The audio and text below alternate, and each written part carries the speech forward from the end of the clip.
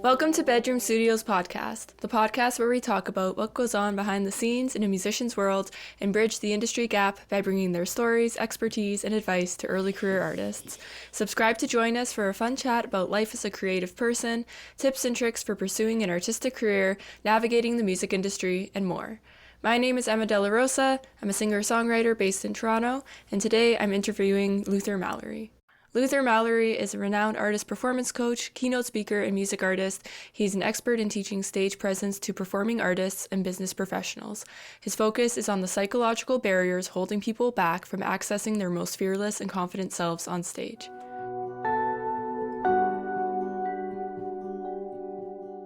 Thanks for being on the podcast.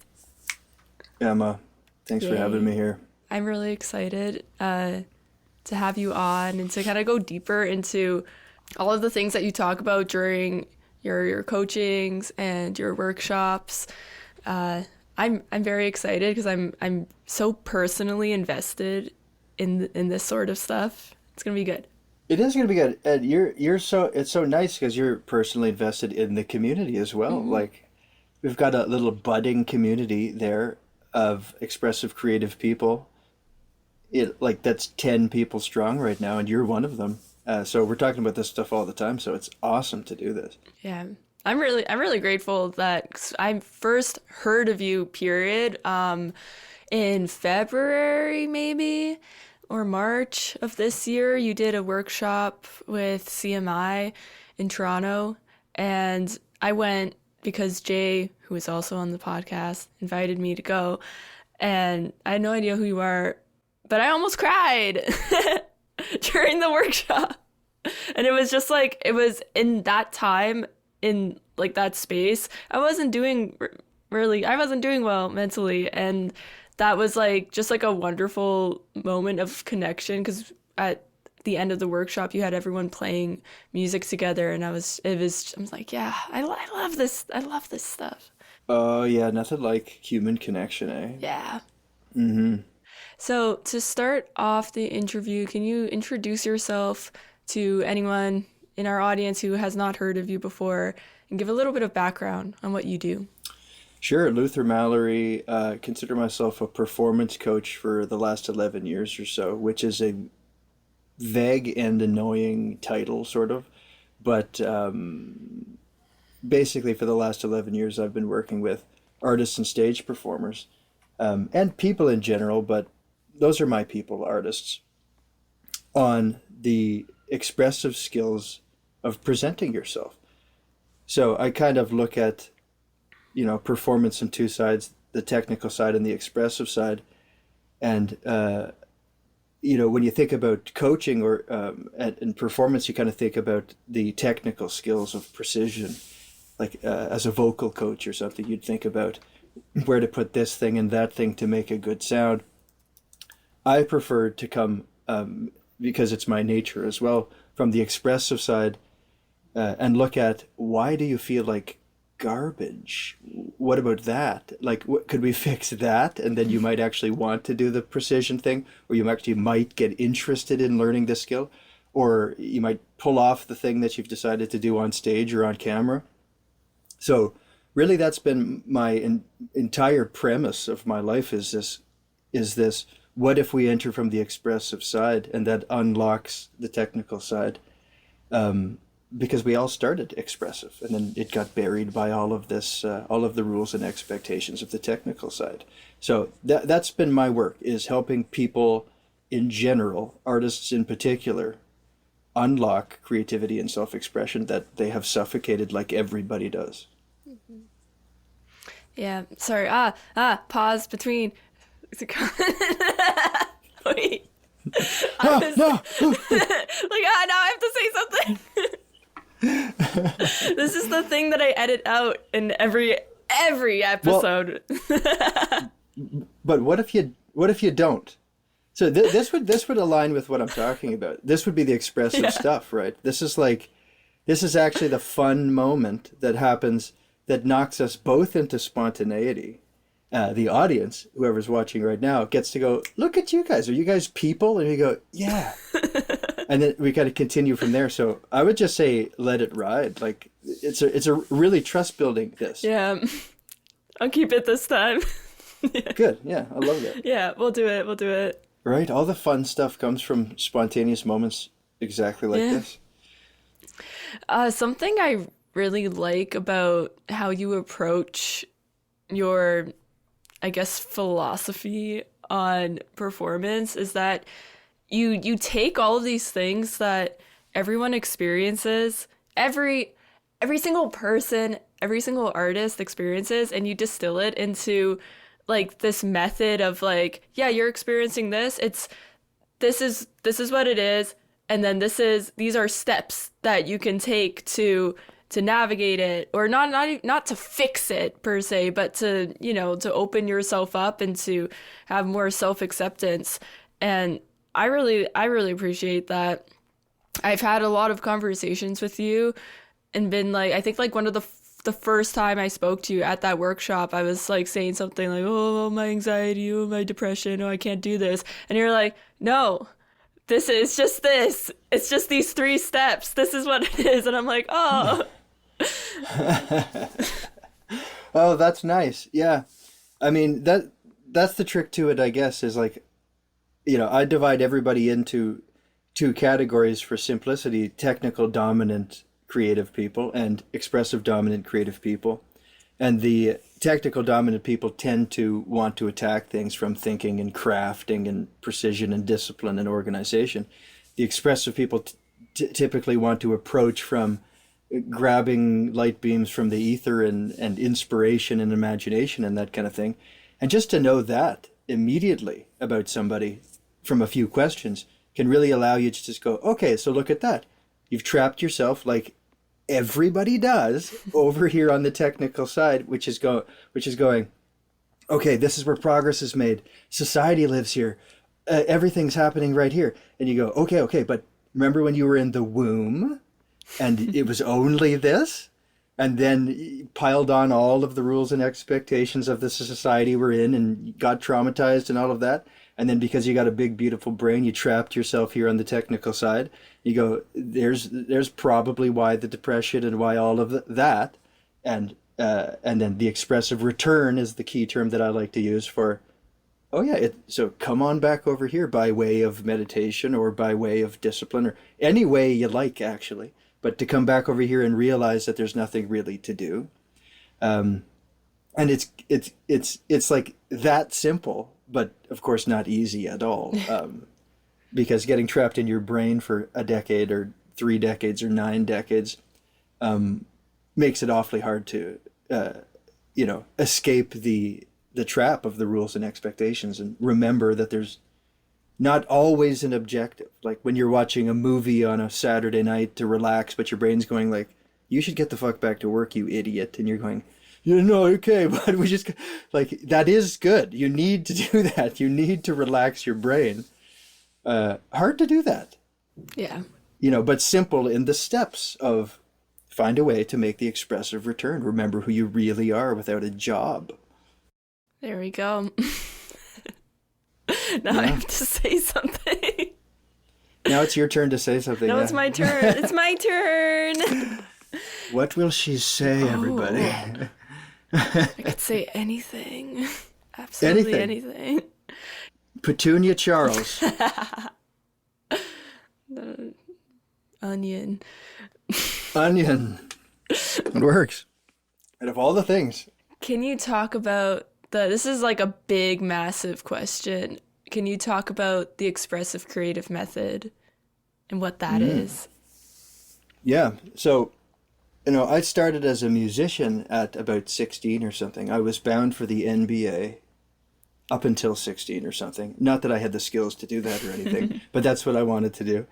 And then figured out music and went, oh, this is where it's at, And so then got a bunch of experience from 16. I'm 44 now, up until I was about 30 or something, and then started into this stuff. So coaching. So a lot of experience observing the patterns of the world at the life level and at the performance level and going, what's going on here? And then, so the expressive creative method is the methodology that I've developed over the last 11 years or so as a coach, observing these patterns from outside my own brain, watching people going, ooh, I've done that before. Oh, that's interesting. Yeah, I know what you're up to there. And so the method has to do with dropping into presence and dropping into the moment. And the moment is that cliche thing that everybody says, but nobody knows what the hell it is kind of. You go, you should be in the moment. You're kind of going like, yeah, I know. Like everybody, yeah, that's, of course, yeah, but how? And so I kind of spent the last 11 years going, no, really though, how? What do you really do to do that? And so without getting into the super advanced stuff, the method states that what you create from your highest state of presence is your truest work. So if you create anything at the life level or the performance level and you're dropped into the moment, which everybody is all the time, like, all the time, everybody's dropping into the moment. And then what you do there, the conversation you have, the thing that you create, anything, is so aligned with you because it's the most confident present self that made it. So it's going to land with yourself aligned and with other people because it was just totally aligned, no pandering or anything like that. So to do that, then our truest work, we have to drop into the moment. So you go, yeah, how do you do that?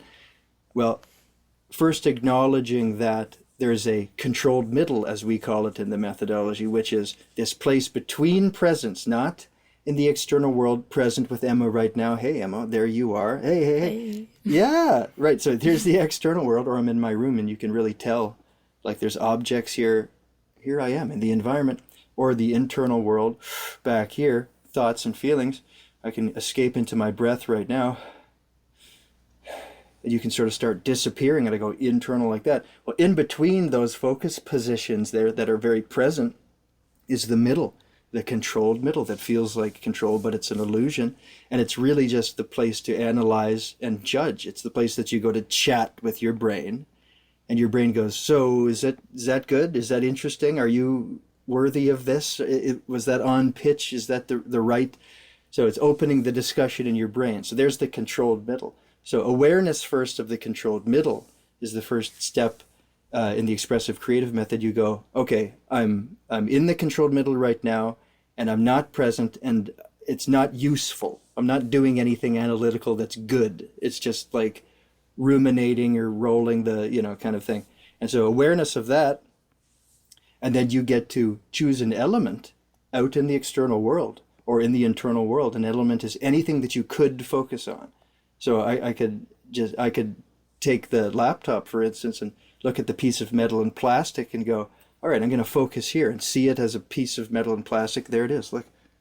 Yeah, there it is. It's no longer this representation of people to me. It's just really just is metal and plastic. There you go. And so there's an element. I could focus there, get out of the controlled middle and into an element in the external world here.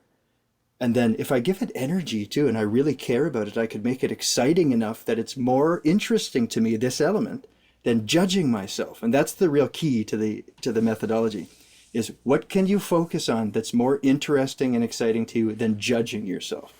And we're doing that all the time in the world. Is something becomes, you go to the park or you go to the beach or something, and you lose track of time because you drop into the moment because something stimulates you more than judging yourself, right? So my premise is you can do that on purpose. You just make something exciting, right? And so then you anchor there. You go, that's exciting, I'm going to anchor there. And then you give it expressive energy. You take some risk with it. If I wanted to be in the external with you and I wanted to take some risk and I wanted to go, ooh, I'm giving it some energy, some risk. All of a sudden, it's just, there's so much going on that it becomes kind of, I'm invested now. And it becomes more interesting than judging myself. And now I'm kind of performing for the camera a bit. I'm out here. And then if I stay there for a bit, I can drop right into the moment. And then I get to just live in that place where it's non-judgmental. And it's like, oh, this is just vibing. Until at some point I get kicked out and dragged back into the controlled middle to repeat that cycle. And we call this the cycle of presence, in and out of the controlled middle. But the creative method just says, you anchor to something interesting, you give it energy so it becomes exciting, you stay focused on it until you drop into the moment with it, you get dragged back into that controlled middle, which is totally fine, and then you repeat the cycle, and then this becomes the moment. The cycle is the moment. Right? You can't avoid the controlled middle. I mean, except for if you do heroin or something, probably, but like it's not sustainable at all. I love how you use the word interesting and how it's like kind of like a neutral word. You're not as ascribing like some sort of moral value to what you're focusing on. You're not saying focus on something better or focus on something, I don't know, like I guess better is like the only word I can think of, but it's like something interesting. And then that could be anything. That's right, and it could, and I really think at the very foundation of my teaching and my work and my thinking about it is you can't do anything right or wrong. Tell that to my brain. Right, yeah. So that's where that's the master skill, is realizing that there isn't any choice that could be wrong. It's just lateral. It's just different energy or something. But yeah, the interesting thing is kind of neat, because if I take my energy from the controlled middle right now, or from my head, even in the internal thinking that I'm doing right now, and move it out, you can see the energy go. It's starting to slug over to my fingers, the feeling of my fingers. Oh, look at that. This is Emma in the future editing this episode, giving you a bit of context. Luther is wiggling his fingers and putting focus on his fingers. Look at that. So there. So now my energy's out here. So now my focus is really in my hand, and I can kind of autopilot what's going on in my head. So now if I give this expressive risk, and I go, how do I make this even more interesting and exciting? Okay, well, I could do some big energy to it. I can go like this. It becomes much easier to anchor my focus to now, because it's like so excited. It's just like, oh, wow, that's crazy. Okay. Or I could do something just very nuanced and go, that's exciting too. On the small end of the sort of expressive risk, where you go, could I be really small and really care about the nuance of that movement? It's just millimeters, but it's just so interesting to try to achieve a millimeter movement. And so I do that, and there's my energy. So my focus is anchored here to an element. I make it exciting by moving into expressive risk, and then I can drop into the moment with it, because it's just so interesting. I could really just make the audience disappear if I want, from that place, dropping into the moment, because it's just, this is now the center of my world. Right? Until I get sort of disrupted back into the controlled middle to go, well, how's that going? Or should you do something else? And then I just re-anchor and re-anchor and re-anchor. I love how it's like, it's approached as a cycle, because then when you get out of that state of presence, it's not like you failed at being present. It's just all part of the process. Yeah, and isn't that the key to life, right? At the life and performance level, it's absolutely the case where you're going to get kicked out of the cycle of presence, or out of the moment, certainly, and have like the depressive 2 weeks, whatever, and then you're back. And so at the life level, you've got these big depression, productive, or something like that. And at the performance level, you've got, a perceived mistake, present, and so it's, everything is always doing that. And so really you get to stay in the moment if you can acknowledge that the cycle is necessary. You don't have a less ideal state, which is the controlled middle, and a more ideal state, which is present. You've got one state that goes in a cycle like this, and it's just different energy. Right? Which is difficult to make peace with in a moment, especially if you've sort of ridden the downward spiral and you're in such a depressed kind of state where you can't even recognize you're in the controlled middle. It happens all the time. But then you get out of that and go, oh, fuck, yeah, this is actually totally necessary. What am I going to do? Not be depressed? And you're going to go, wow, what a concept. Yeah, that's right. What am I going to do? Fix my life? No. It's been there all along. Do you find that, and like I'm asking this question thinking a lot about like social media and like the eternal doom scroll, but do you find that in general people are kind of losing their ability to be focused and like in like a performance sense, like just to like be in the moments in general?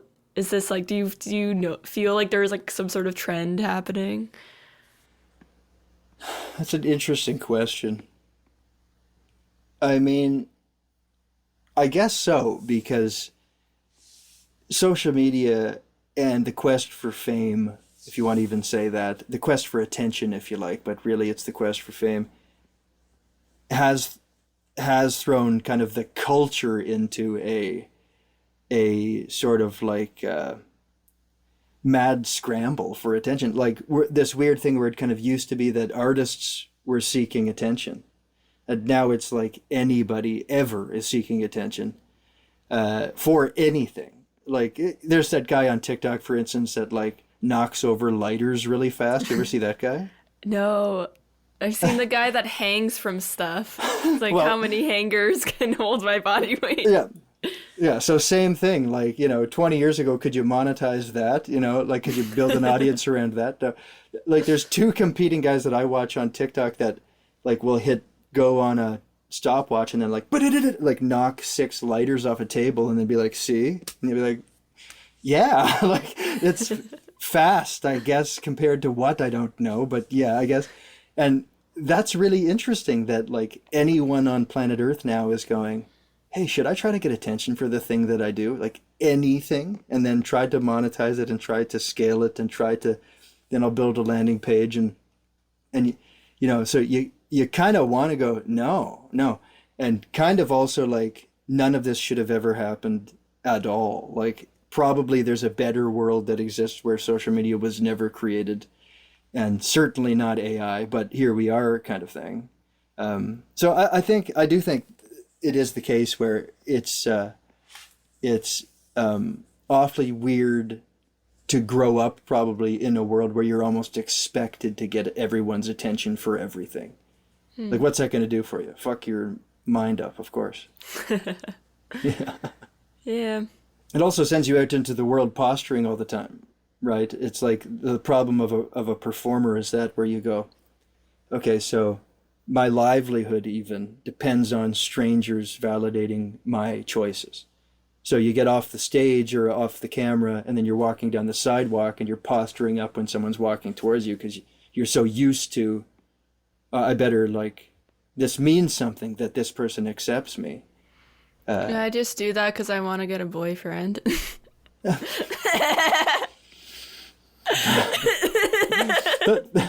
That does make more sense.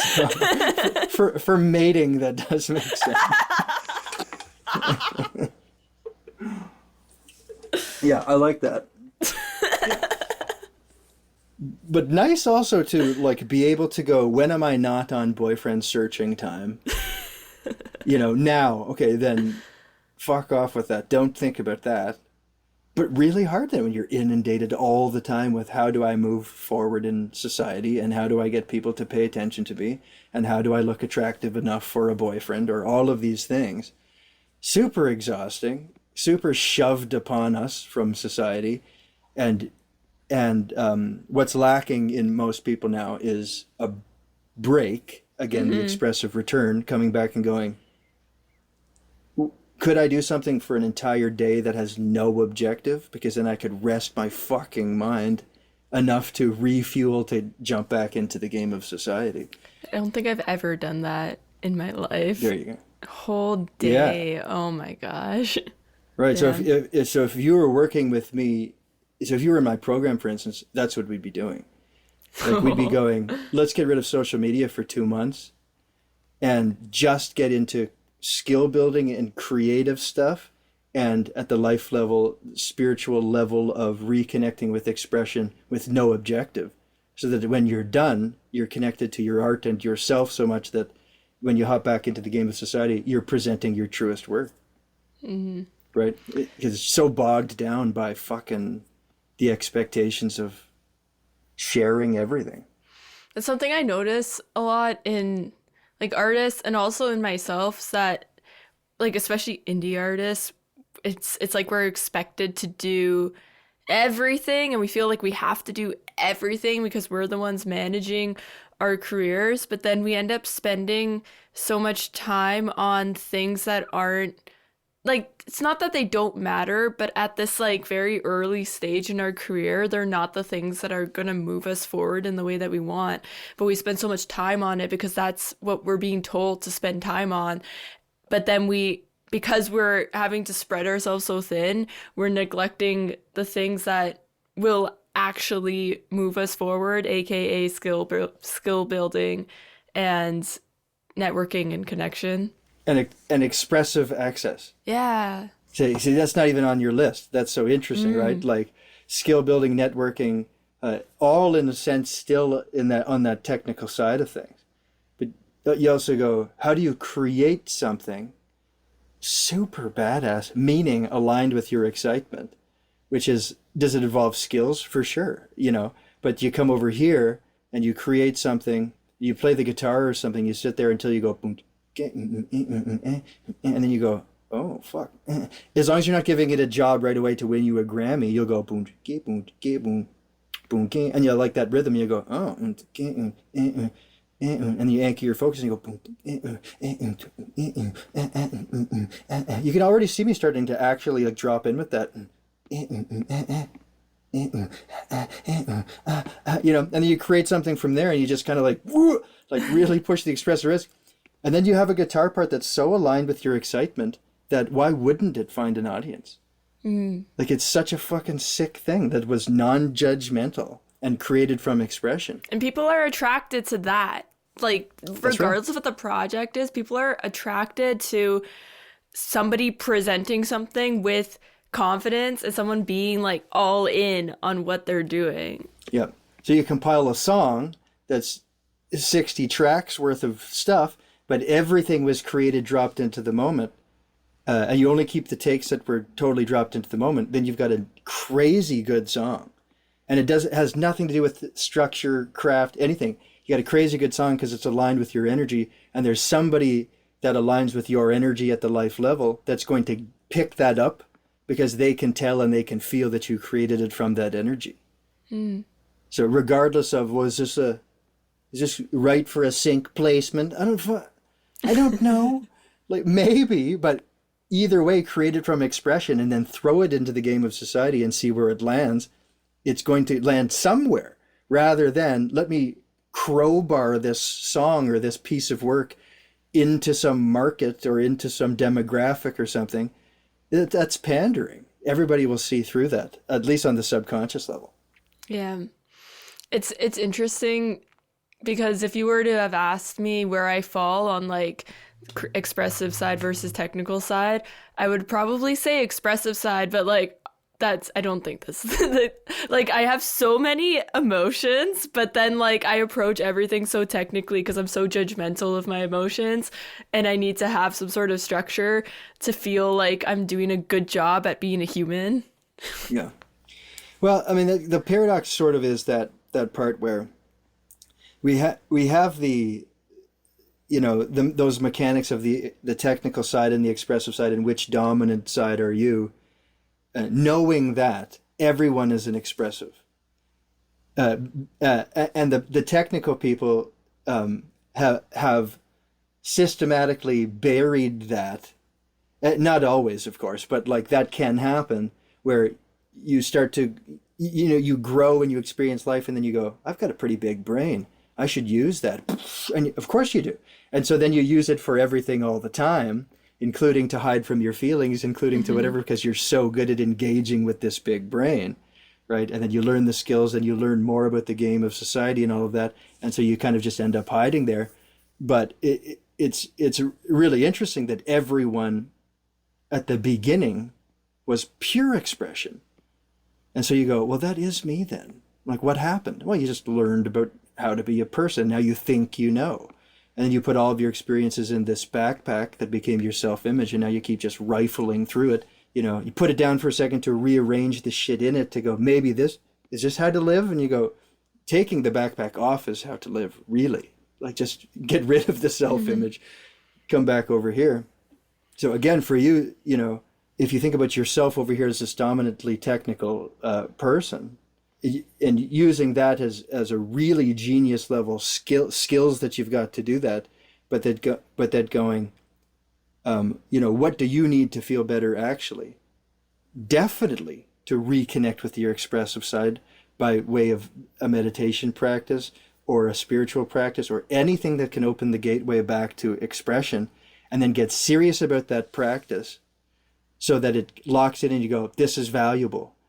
And then your brain can go, oh, you're right. Instead of your brain going, get the fuck off you're meditating? No, there's emails to send, you idiot. How are you going to make some of society's money doing this? So this is something that you'll like, and you've heard about it lots, but called expressive guilt, which is, if I could spend a day at the beach or spend a day watching the Lord of the Rings trilogy or something, I could rest and then I'd have energy, right? And your brain goes, that's not how it works. We have to achieve everything first and then you can rest. That's called expressive guilt. That's going, I'm not worthy of relaxation until whatever. I'm not worthy of that.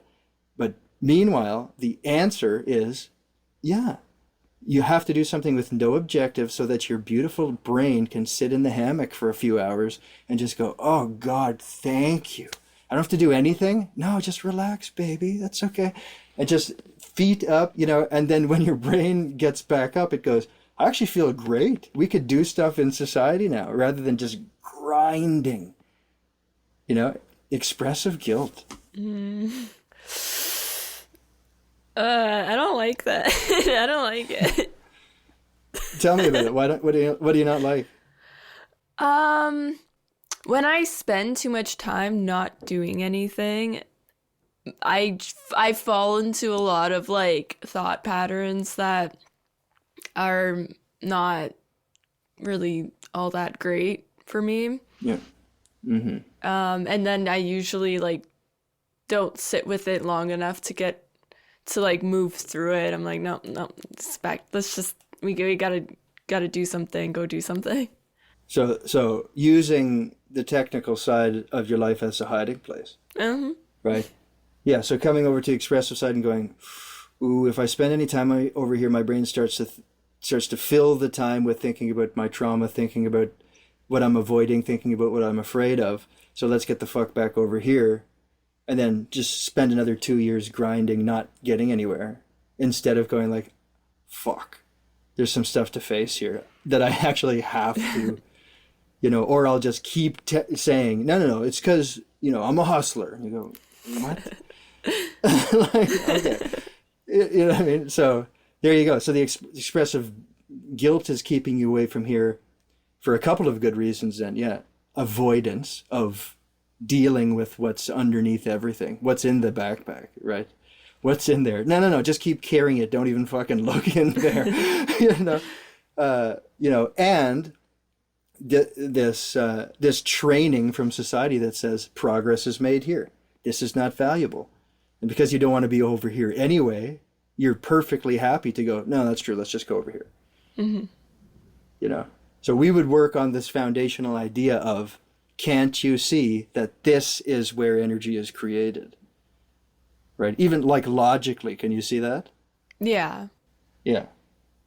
Yeah. So what we would put in place, and we're not, but this is what we would put in place, is a practice where you go, hey, what if you meditated for 4 days, for 20 minutes, and you hated it?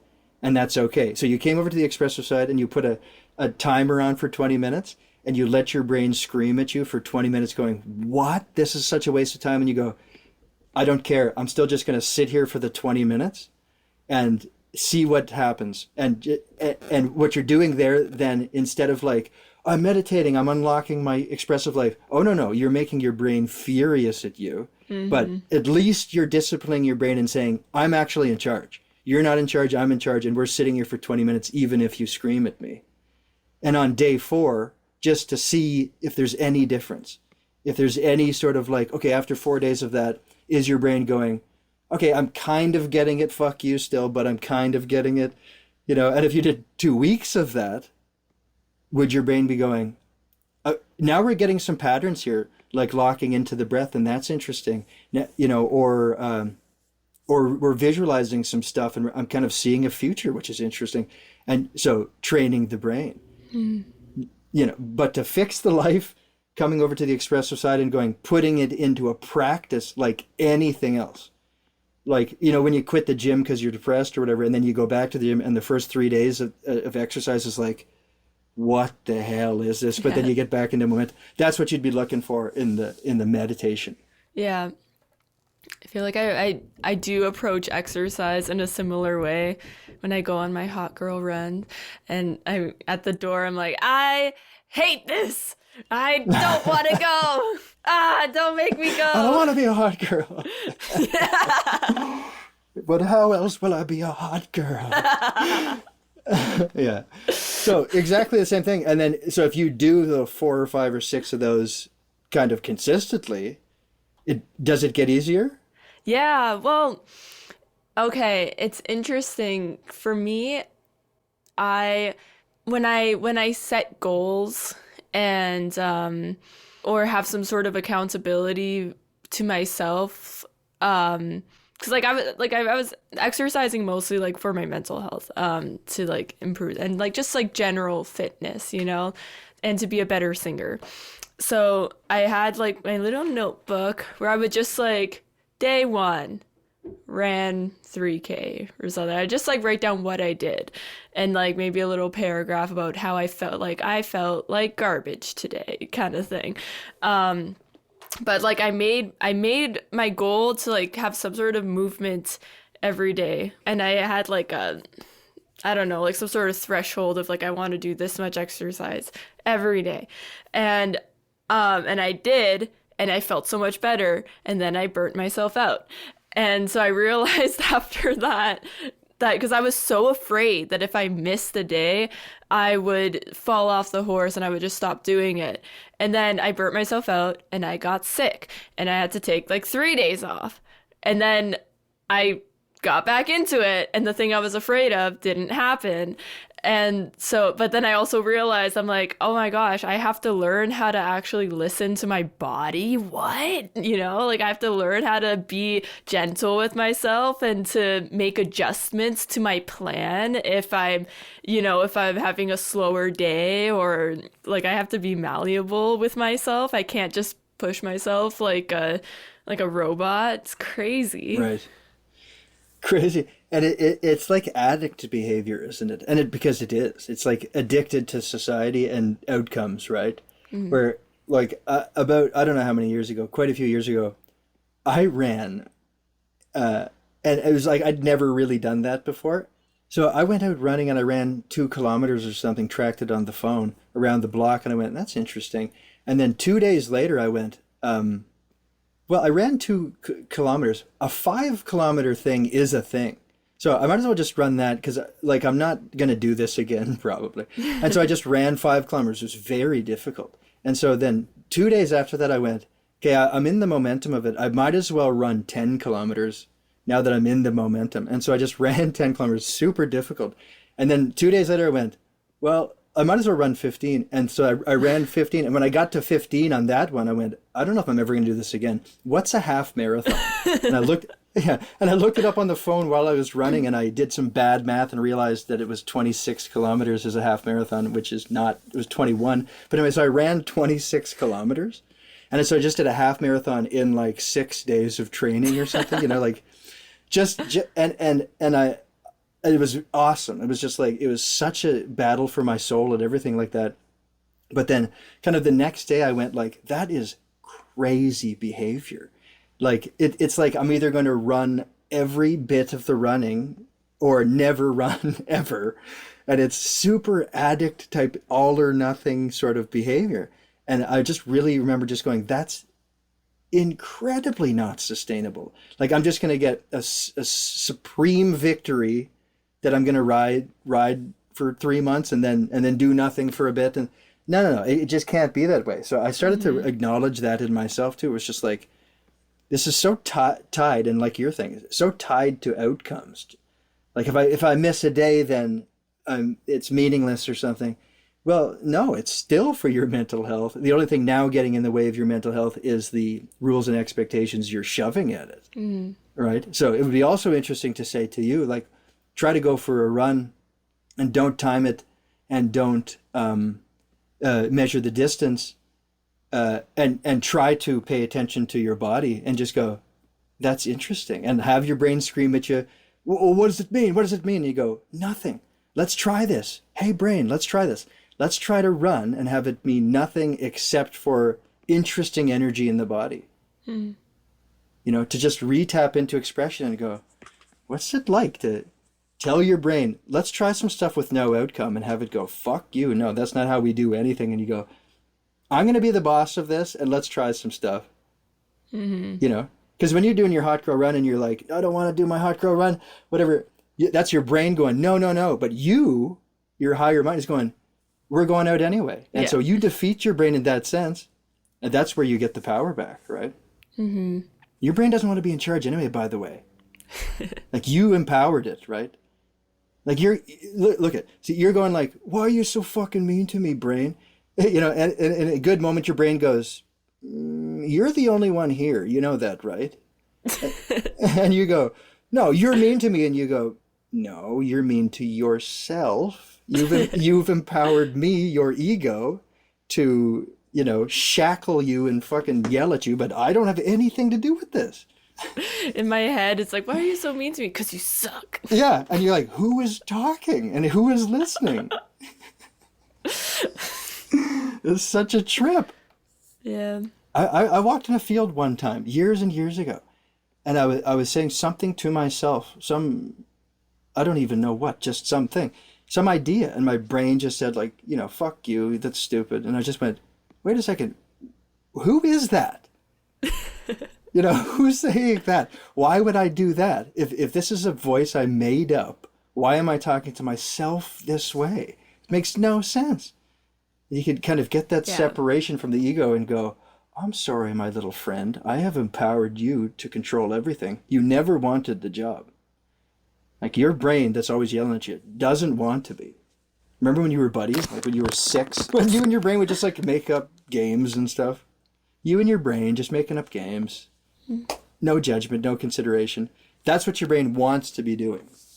I find it so interesting how we can convince ourselves of these like narratives and manipulate these narratives in our head and make it sound so true and like deep cut. But like years ago, I was having a lot of like, you know, a lot of thoughts in like a very dark place, and I was like so convinced that no, I'm being like very vague because this is being posted on the internet. I don't want anything to get taken down, but you can like read between the lines. But like I was so convinced that no one would miss me, no one would care, and I had like no contribution to the world. There was nothing good about me that would like that, you know, made me have any worth as a human being, and I believe that so deeply. And like I convinced I convinced myself of that, and it's like actually so crazy because it made so much sense in my head, but it's so untrue. And it's like we're so sneaky. We're so sneaky. We convince ourselves of these things. And I even like I notice this a lot when like in our group sometimes when people are when I talk about my stuff or when like people talk about their own struggles as performers, we come up with these narratives of like, oh, like I don't feel present on stage because of X, Y, and Z, or because I had this experience, or because even like people say like I just judge myself too much, and it like we try to give reasons to why we feel this way on stage, or we try to like find a reason of like if I'm feeling this way, this must be why, but then we hang on to the why, and it's hard to let that go. I love how like your method of how you approach things and how there is like it's like nah, we all experience everyone has a brain. Yeah, well, you know, and it's a good point. And if you really have figured out how to live firmly in the controlled middle, then you're in that feedback loop with yourself going, hey, Emma, what do you think we should do? Well, Emma, what about this? And you go, we've been having this conversation for 2 years, and that's not working yet. So let's come up with a new answer. So you just go looking anywhere for an answer. And then at some point, and I've seen this my whole career coaching people, is sometimes people will give answers that you're just like, that makes no sense. Like what you just said is gibberish, and you're not an unintelligent person. And they go, really? And you go, yeah. And it sounds like someone who has had the same discussion with themselves in every stress shower for the last 4 years, going, what do we do? What, about the same fucking thing from yesterday? Okay, you want some new answers? Okay, maybe we need to buy a 25,000 piece jigsaw puzzle, or maybe we need to take up the yo-yo. I don't like anything. And it ends up so just compiling into like, what about this? Could this fix me? Could it, and it's just all of these wild guesses created to avoid, back to that original thing of like, that the spiritual work of, why is this happening to me? What happened to me? Ooh, that kind of stuff where you go, what's in this backpack? And let me look at it non-judgmentally and go, fuck, instead of, no, forget that. I need to start playing, learning the yo-yo, anything at all. We all should learn the yo-yo. Yeah, you got to do something that's not look at my problems. Yeah. And so, and hence the expressive return again. It's that idea of, okay, I'm not fixing anything over here. And yes, this is where progress happens in society. And yes, I want this. Sure. But where am I going to energize myself? Probably over here.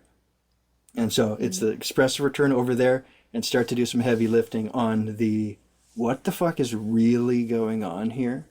And is it worth learning how to relax? The discipline of relaxation, right? The work of relaxation, right? But that's not work. No, it is. This is the right work. Maybe that helps too, to look at expressive things like going to the beach for an entire day. That's the work. Yeah. Yeah. It's interesting, because like I've been in and out of therapy a little bit, still trying to find like a good fit with someone before my insurance runs out, which is really soon. But like when I talk to people, I'm like, oh, I had a really rough week. Maybe I should go back to therapy, but like, I don't want to open that can of worms. Like that's so like, I don't want to get triggered and then like be so dysregulated for a long period of time because I'm triggered by that emotional work that will take place. Yeah, so you'd rather be consistently dysregulated in a little bit of a way all the time forever. Right? Then hit the spike of dysregulation, which by the way I totally understand, but those are the choices. It's like I can continue avoiding the devil I know situation, or I could come over here, cry for a month, feel way worse in order to actually initiate change. Mm-hmm. And by the way, that's what I'm dealing with all the time. Like, so, full time, I'm talking to artists. I have heart to hearts with the most sensitive type of person on the planet all the time. That's my job, right? Creative people. And that's the thing, is people that are over here, living over here, because of being on the downward spiral, which is fear avoidance, self-doubt, mud puddle at the bottom, right? And because of that fear and avoidance cycle, just going like, nope, I'd rather just feel bad and sort of complain about it and go, why do I feel like shit? Than go, I need to get my ass over here somehow and start to look at what's going on and what's creating these patterns and why do I have no energy. And that's the trick, because it's just simply a shitty deal to go look at that stuff. Yeah. Especially if you've had some tremendously awful things happen, like degrees of things that have happened to people, some of which are so beyond comprehension that you'd go, oh, I don't blame you for doing drugs instead of being over here, but it's like, still, there's the burden that you've got. Yeah, and everyone has their thing, you know. I think like for something that I don't know, something I realized a while ago is because like I would also put a lot of guilt on myself of like, oh, I didn't have a traumatic childhood, so why am I depressed? Why am I anxious? And then I would like be like, I can't have anxiety because like no one tried to kill me when I was a child, you know. Um, Yeah. but I think like Yeah. regardless of what like quote unquote happened to you, like you know, we all have our thing. Exactly. Completely relative, right? Like stubbed my toe when I was 6 and I'm still carrying the pain, and you go, Yeah. okay, like that's what you're dealing Yeah. with. And it's the same as somebody else's double homicide, whatever. And it's just like, it really is just relative to you. And then it's also compounded by what kind of support you had or didn't have, and what kind of, and how you are able to regulate your emotions, and what disorders you have.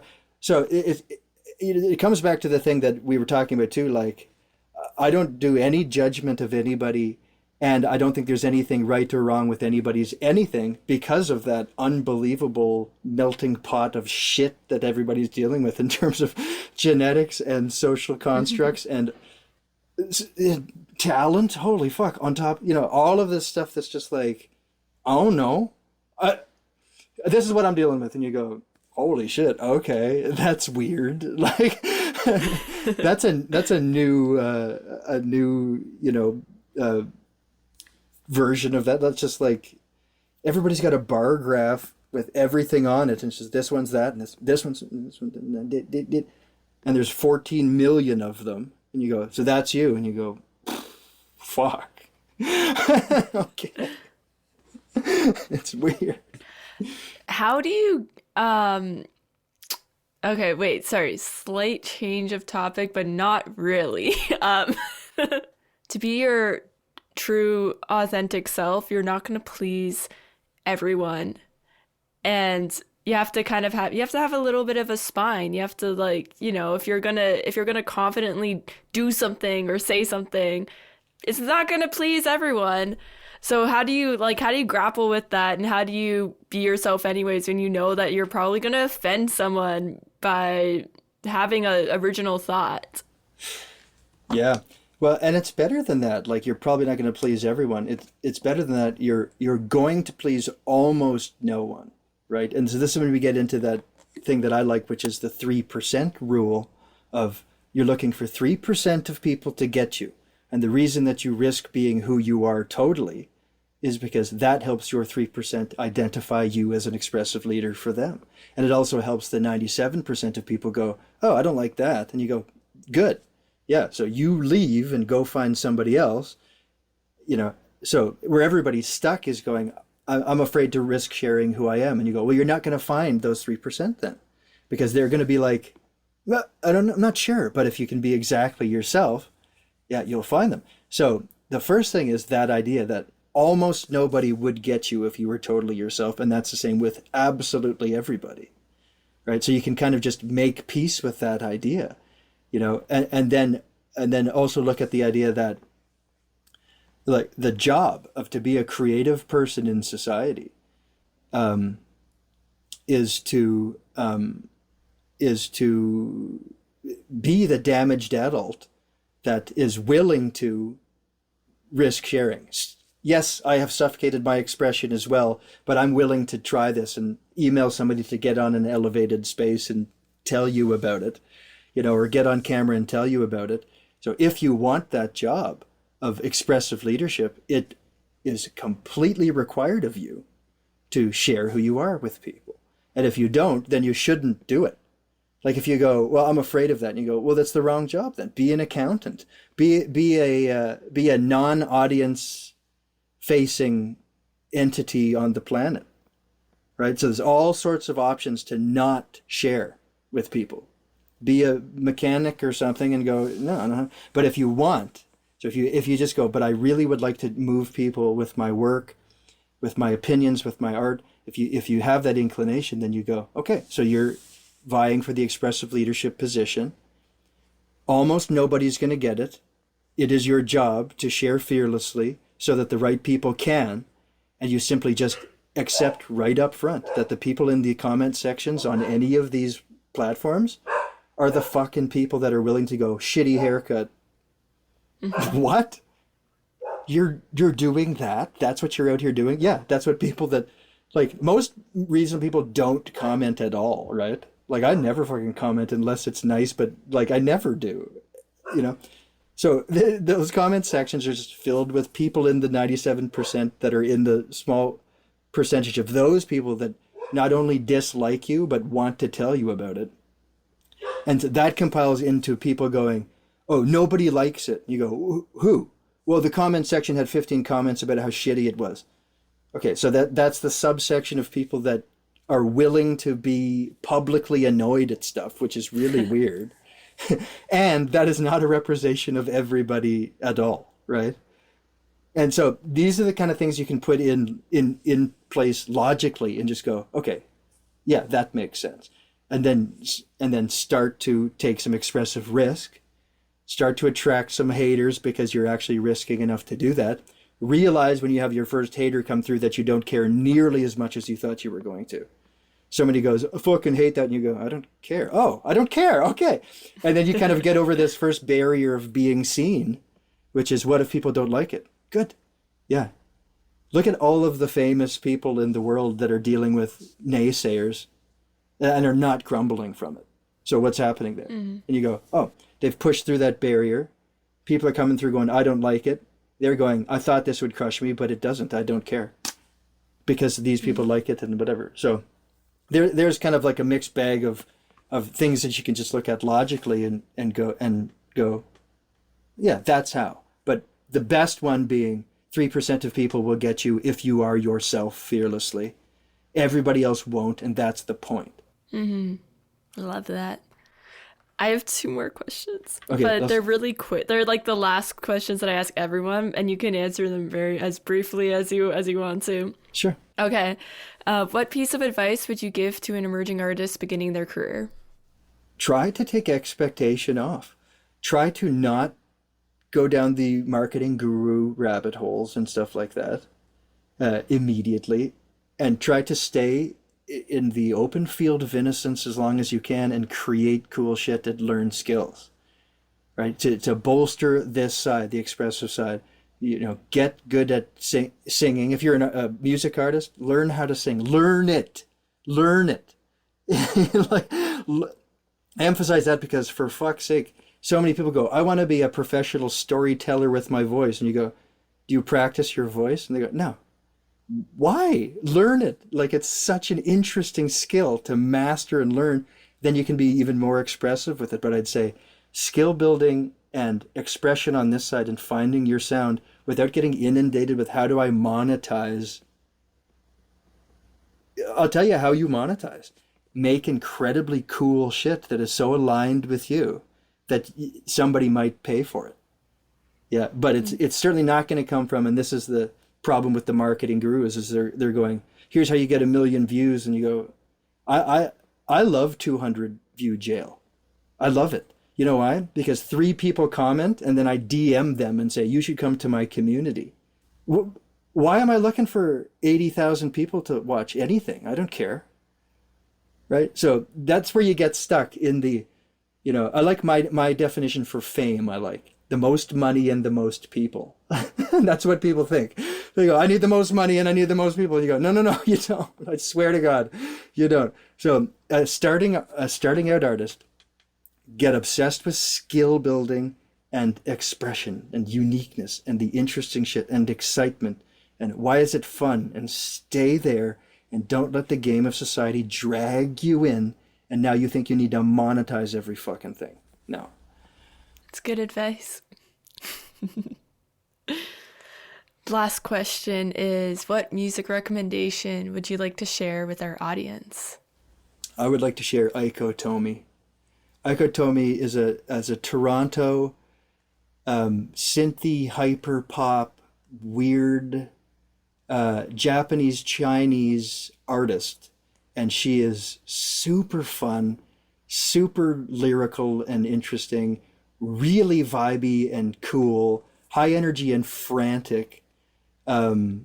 and just such a sick artist, and just dropped a new album called Everything Sparks Joy, and her one before that, from about a year ago, was my number one Spotify of the year. The thing I listened to the most was her last album before that, which I can't remember the name of it, but and just banger after banger, and she's so fun. Aiko Tomi, Aiko space Tomi, very dope Toronto artist.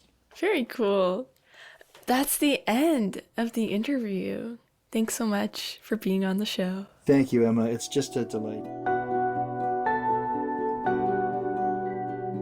Thank you so much for listening to this episode of Bedroom Studios Podcast.